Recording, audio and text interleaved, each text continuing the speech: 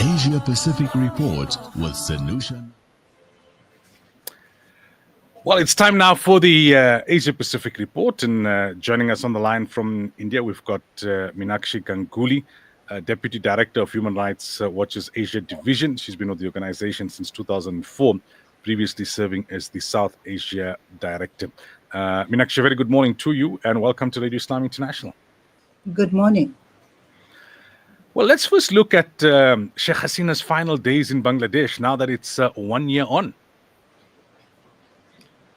Yes, indeed. I mean, she is. The trial began on the 4th, I think on Sunday.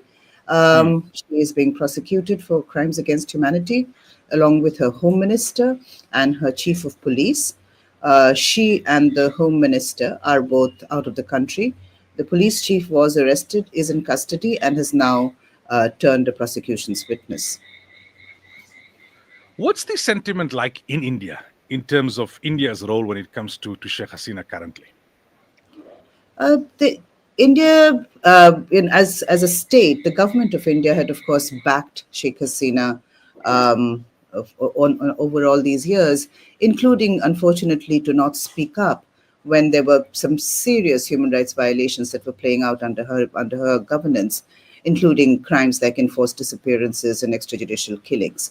India did not speak up. India did not speak up even as the largest democracy in the area when elections were repeatedly rigged or stolen, and the opposition kept boycotting these elections. So that was unfortunate. But traditionally, Indians have a lot of affection for Sheikh Hasina and her family because of India's role in the liberation war, which was, of course, led by her father. So there is an affection that is historical that still exists.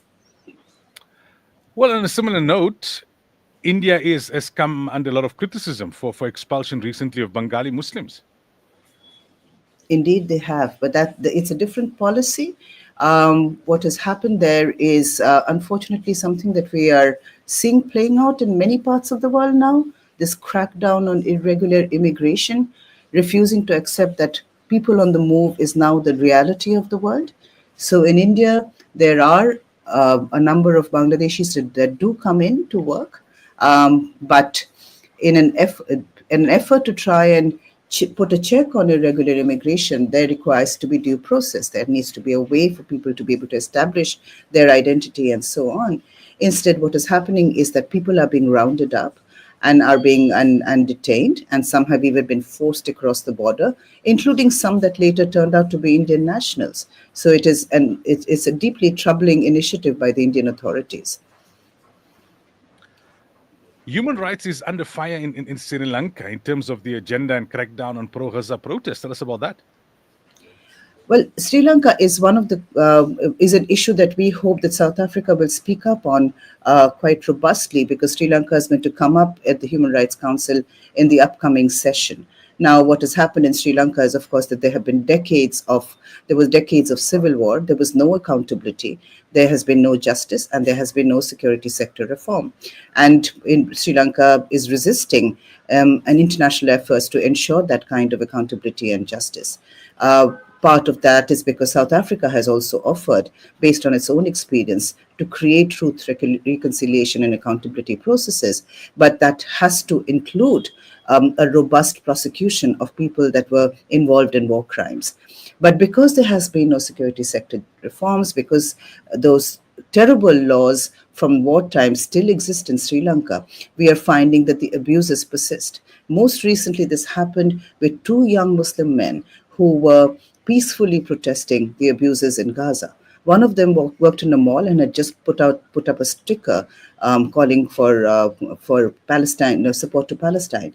These people were prosecuted under the Prevention of Terrorism Act, and that is a law that we have repeatedly said should be abolished. And what is more, it is something that the Sri Lankan government has also said that they will abolish, but it still remains in the books and is still being used.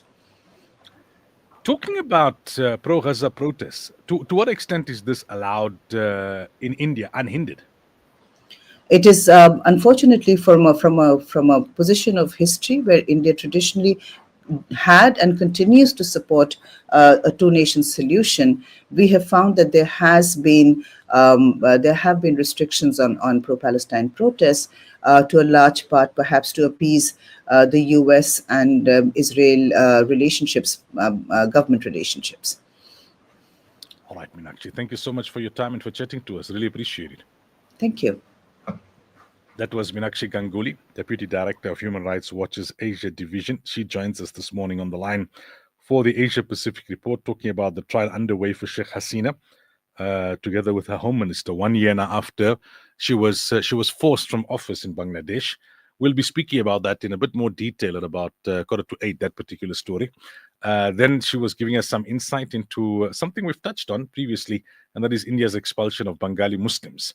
And then the crackdown on pro-Gaza protests in Sri Lanka and in India is something that she gave us an update on there towards the end of the program.